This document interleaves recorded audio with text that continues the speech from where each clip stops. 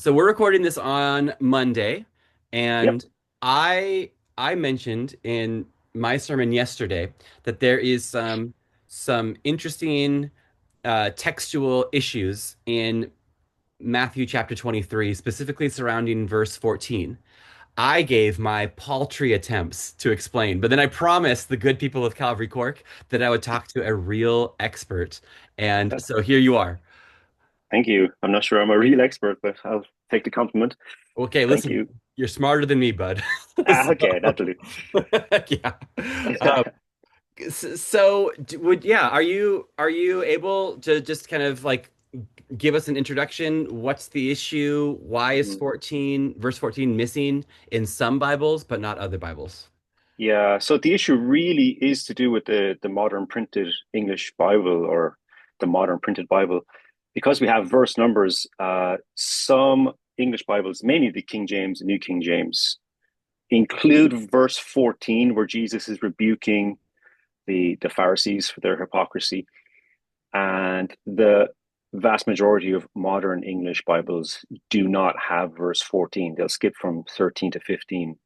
And so if you're following along in the text, you'll see, my Bible has verse 14, but other Bibles don't. So it's a question as to was this verse taken out by modern Bibles, or was it unnecessarily put in by earlier English Bibles? So that is a question of textual criticism. And I think it's very important if you're a student of the Bible to understand the decisions behind the inclusion or the omission of this verse. And so you have to look at the evidence as to why the text is the way it is. And that's a really important question.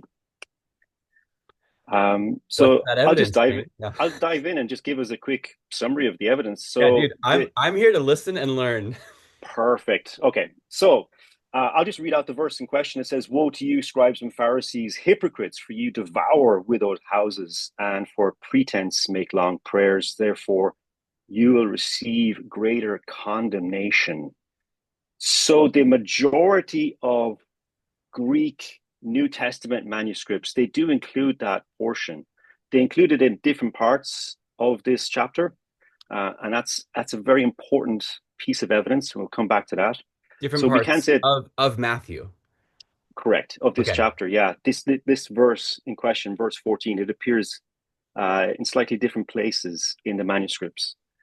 So that is important to bear in mind. Um, the earliest manuscript of the Greek Bible to contain this is the Washington Codex, and that's probably from around the 5th century. And that's an interesting manuscript too. Its text is very varied depending on the portion of the New Testament that it's looking at. It generally scholars would regard this as a manuscript that was an attempt to copy surviving manuscripts coming out of the Diocletian persecution. So they were using different manuscripts to produce their texts. Some are better than others. And yeah, like I said, the vast majority of later Greek manuscripts going into the 10th, 11th, 12th, 13th century contain this verse. What's important is what are the manuscripts that omit or do not have this verse in question? And the evidence is very much stacked in favor of the quality of manuscripts that omit this verse. So if you look at the earliest Greek manuscripts, they don't have this verse. If you look at what are generally regarded as the most reliable, the most carefully copied, the manuscripts that exhibit a very conservative and detailed scribal habit, um, they do not contain this extra verse. If you look at the earliest versions of the New Testament in different languages, if you look at the Coptic language, the Armenian, the Georgian, the Syriac language, the Latin, if you look at all those very early versions of the New Testament going back to the 2nd century, they don't contain this either. Later manuscripts of these versions do, but if you go back to the earliest evidence, they don't. So that shows us the evidence is both early and widespread that Matthew originally did not contain this verse that we talked about. And the evidence is not just limited to one particular family of manuscripts. It's not just limited to manuscripts from one particular area. It is evident in the earliest manuscripts from different text types. So we have the Western text, the Alexandrian text, and we have obviously the evidence from the early versions. So that together is really compelling evidence that the further you go back to the earliest transmission of the text, it's evident that Matthew didn't have this extra verse. Also, if you look at the way that early Christians commented on Matthew's gospel, if you look at the earliest Uh, theologians who were writing commentaries, they don't mention this verse in the context of Matthew chapter 23. So if you look at the commentary of Origen, who was a very early third century Greek speaking theologian, he wrote a commentary of Matthew's gospel. He goes straight from verse 13 to verse 15 as he's working through verse by verse. hmm, So he does hmm. not have this verse to even comment on in his gospel commentary. Jerome, likewise, he was a very early textual critic. His commentary of Matthew does not contain this verse. There's Cyril of Alexandria too. His commentary doesn't. So when you look at how early Christians are reading and interpreting this portion of Matthew's gospel, it's evident that scholars in the early church were using manuscripts that didn't contain this extra verse. So the question then arises, why did it hop into later manuscripts, and why does it eventually become the dominant reading in later manuscripts? And that's a shift into what we call internal evidence. So what I was describing there with the manuscripts and the patristic citations, really that's external evidence. That's looking at um, what do the physical manuscripts say, and what does the earliest citations of this text look like? And like I said, the earliest citations do not have it. Question. Shane, I have a question. Go Before, for it. yeah, so as we're going to leave kind of the manuscript Yeah. evidence and then go on to the Yep. next thing, I've yeah, two quick questions having to do with the manuscripts you're talking about. You mentioned that this first appears in the Washington Codex, and then you gave Yeah. a date. You said that Yeah. goes back to like the fifth century, and Yep. then you didn't give any other dates Okay. after that, or at least not that I caught. So these Yeah. other references that you're talking about to the manuscripts that don't include it, Right. just to emphasize or clarify, those are older than the Washington Correct. Codex. Is that right? Yeah. So you've Sinaiticus, Vaticanus, Codex Bezae, all going back to the late fourth century. So it does predate the earliest physical manuscripts that we have. The earliest ones don't have this verse. Okay.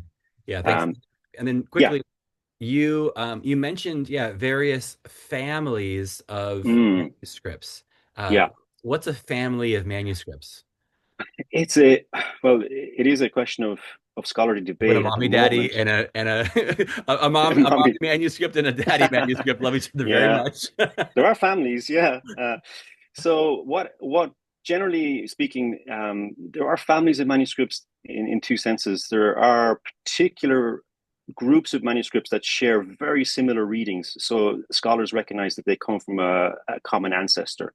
So you sometimes see in scholarly works Family 13 or Family 1. These are just collections of manuscripts that contain similar readings.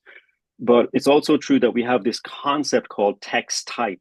And text type it's somewhat a theory in flux at the moment in textual criticism. But just to give you the basic overview, text type is a theory that there are certain manuscripts that can be grouped together, not just from geographical location, but for the type of text that they contain. They share consistently similar readings. And the theory is that these text types, they emerge from different locations. So the Alexandrian text type is usually what is seen in the earliest and most reliable manuscripts. And that's interesting because Alexandria in the ancient world was a center of manuscript study, and a very early science of textual criticism developed in Alexandria. So they had, of all the regions in the ancient world, the most developed scholarly scribal schools. And it is interesting that the earliest manuscripts that we have, the papyri, the early codices that display a very stable text, they tend to reflect what we call the Alexandrian text. There are later text types then, the Byzantine text. This becomes the majority of manuscripts from the Greek world. And that is a text type that reflects a conscious effort by the scribes to preserve as much of the text as possible, including marginal readings, including even commentaries. Sometimes these texts in the margins make their way into the main manuscripts, and that is a conservative habit. In other words, scribes are afraid not to copy what's before them, even if it's just a margin note. And so over time, you see a conflated and a growing text in the Byzantine text type. But that just reflects a conservative scribal habit, not necessarily a careful, critical approach to the text, but a desire to preserve all of the text for the sake of tradition.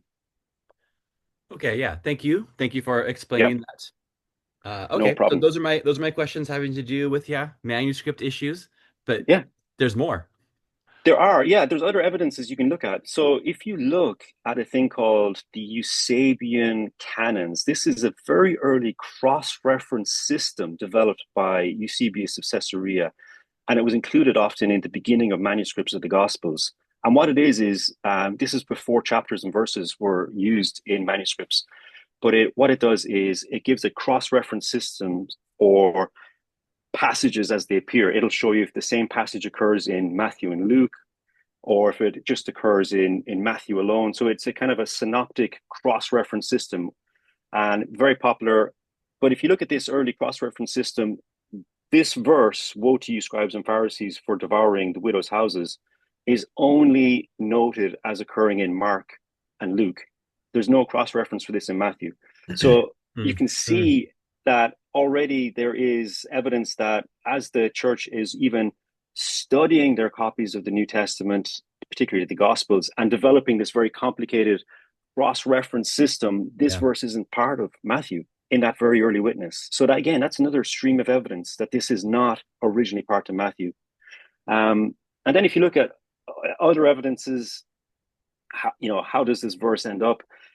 Even looking at the manuscripts that contain it, there's a manuscript from the 9th century, 892, and if you look at the way this manuscript is cited for this textual difference, it's cited both for and against it. And the reason why is because originally this manuscript did not contain this verse, but it occurs added in later in the margin as a marginal reading. And that's exactly how Bruce Metzger understands that this variant was included. It's because this verse occurs in Luke and Mark in their very shortened version of Jesus's rebuke of the Pharisees after they ask him or he asked them the question about whose son is the son of David. Mark and Luke have a very shortened version of the rebuke. Matthew, by contrast, has this huge extended woe to the Pharisees. And all of the woes that Matthew lists, outlining the problems with the Pharisees and their religious hypocrisy, they don't contain this woe, this single woe that Mark and Luke contain in their summary of the woes. And for that reason, scribes typically, when they looked at the Gospels, added into the margin a sort of a helpful cross reference Hmm. to a similar passage where Jesus is talking about a similar thing, but here is an extra bit of information that Mark and Luke contain that Matthew doesn't. And so to bring the reader's attention to that, it was often put in the margin. Over time, that margin reading then is included into the main text. And that's how this variant occurs. And that is very, very common, particularly with the Gospels, because you have this idea that instead of reading the four Gospels as, four distinct perspectives, and we do this ourselves, we come to the gospel as a single narrative, and so we conflate what the other gospels are saying to create this sort of Yeah. uh, mega narrative of the whole story, which is only a natural way of trying to read four different perspectives on a single story. Daniel Wallace, textual critic, he gave the example of the rich young ruler. Even in our Bibles, sometimes the heading is in Matthew 19, where Jesus speaks with the rich young ruler. Yeah. But Matthew never calls him a ruler, and neither does Mark. It's only Luke that calls him a ruler. But we call him the rich young ruler because, in the fullest sense of the gospel witness, that's who he is. Even though Luke is the only one who specifically calls him a ruler, Matthew and Mark call him, rich and a young man. But the sense of the ruler is from Luke. But we always present this man, even in Matthew, if we're talking about this man, he's always, usually anyway, presented as the rich young ruler because that is you could say, a conflated idea of the many streams of Matthew, Mark, and Luke all looking at the same incident. And so it's only a natural way of reading the New Testament and the Gospels. There was a guy very early on in the church that tried to produce a single volume of the Gospels as a single account, the Diatessaron of Tatian. And again, that just reflects the way that the New Testament has been read, particularly the Gospels. And that explains easily how this variant occurred. Yeah. Yeah. Because okay, the rich young ruler, that's a great example. Yep, Because this is real history, it really happened. There yep, was a rich young ruler who spoke to Jesus, yes, and it's accurate to refer to him as that way. But yeah, we also need to realize that Matthew is telling the story in a certain way, and he's yeah, including certain details for us to notice. And yep, so we can't forget what we know about hmm this man's position in life, that he's not only rich and young, but he's also a ruler. We can't forget that, but we have to realize, like, yeah, why is Matthew telling the story this way? What's the unique hmm contribution Matthew is making? Matthew correct. is, certainly aware of Mark, probably aware of Luke, but he decided that he was going to include these details and not these details in his story. Absolutely. And again, just with this variant, as is often the case with these, what we call parallel corruptions, where scribes are conflating the gospel accounts to include details to create a more fuller account. It's not the case that verse 14 is not true. Like, that's not what scholars are saying. They are saying that Mark and Luke, in their summary of Jesus's rebukes, are giving an accurate account with their version here in verse 14. Bringing that into Matthew, while strictly speaking, is not introducing a new teaching that Jesus never gave or something that contradicts what Matthew is saying about Jesus. None of that is the issue. The issue is, what did Matthew originally write? And that is the concern for scholars and for Christians too. Christians, yeah. Um, so this variant is not contradicting or even introducing something contrary to Matthew's thought in chapter 23. But if you are asking, what did Matthew originally write?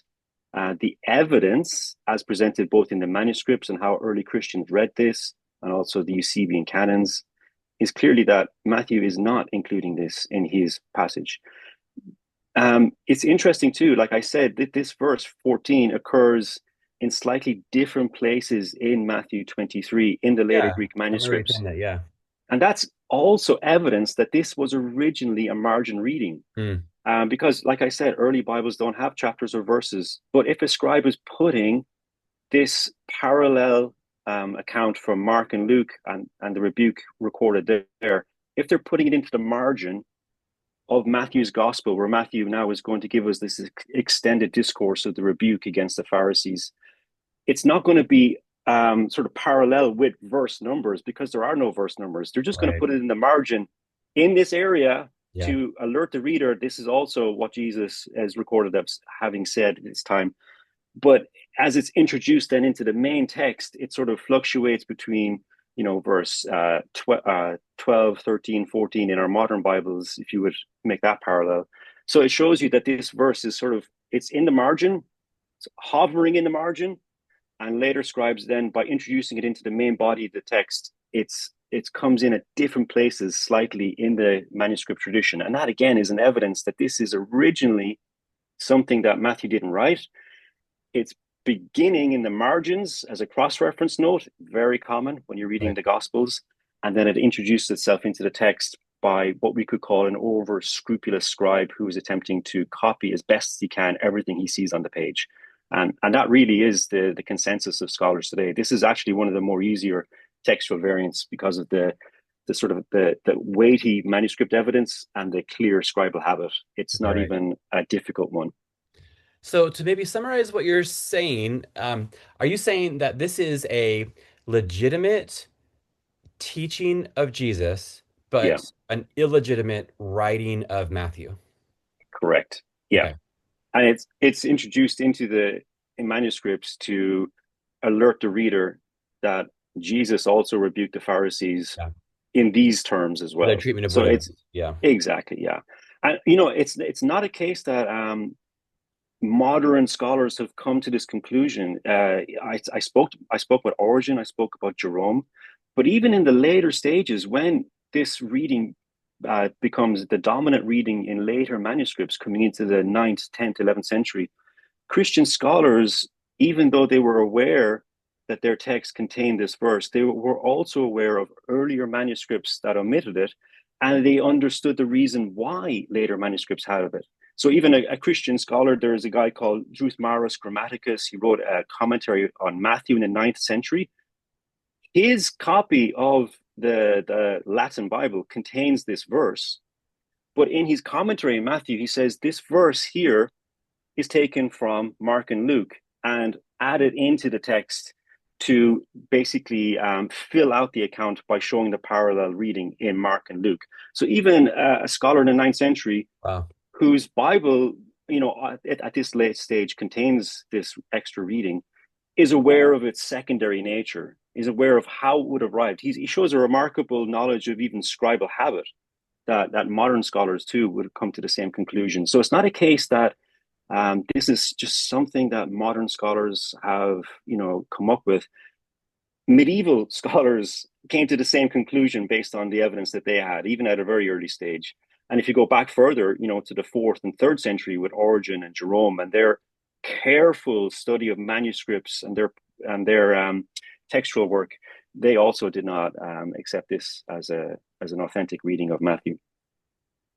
Yeah, okay. Okay, so uh, kind of two questions I'm thinking about at the same time.